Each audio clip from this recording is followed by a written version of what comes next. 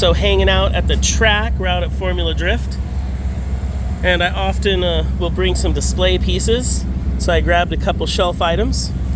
This is just an old rotor housing and an old rotor, and I was just looking at this rotor, and this is gotta be one of the biggest dents or collapses I've seen in my rotary engine building and racing career. It's a little hard to get the definition of it, but it collapsed the pocket so much right here due to, I believe if I remember correctly, this was a motor that came in, just a customer looking for a rebuild that had a engine problem, and they knew they had a fuel delivery issue, and they'd had detonation.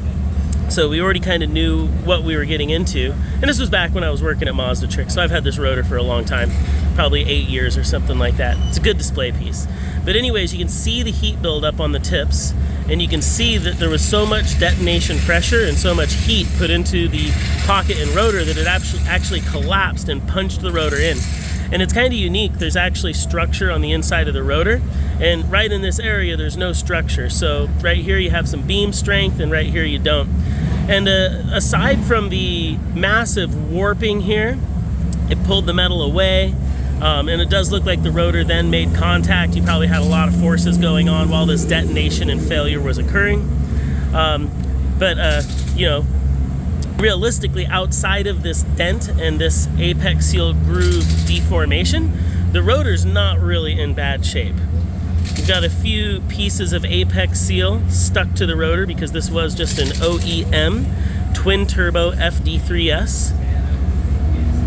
It was hot rodding around. You got a little carbon buildup, just 91 octane pump gas. Here's another mark from where the rotor actually hit the rotor housing. Probably when it was failing, It overall looks like the car was actually running good. It didn't have excessive carbon buildup. I remember it was a pretty nice motor. Stock, nothing we built, stock car, just, FDs are prone to detonation when you start to do mild modifications, drive them hard, or if you have a fuel delivery issue. And that's exactly what this one was. So I just thought it was cool. I haven't done any real tech talks in the past week or so.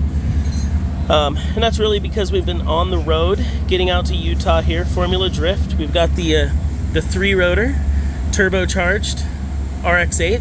It's got a nice nitrous system on it as well. Now we're gonna go shred some tires against Ferraris and 240s, Zs, all kinds of crazy 900 to 1400 horsepower cars. And we're gonna do it with our 3-rotor. But I figured it was just an opportunity to discuss this unique failure, this unique component, and give a little understanding as to why some of this stuff happens, because we're always talking rotary on the KMR channel, and I appreciate everybody's support.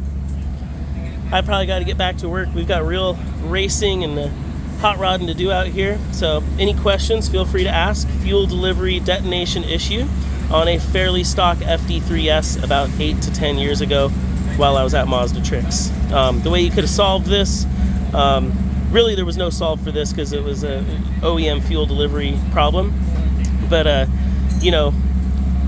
just probably maintenance, injectors, fuel pumps, keeping on top of stuff. But it was an easy rebuild. We're gonna get back to work. That's a wrap. Thanks for watching.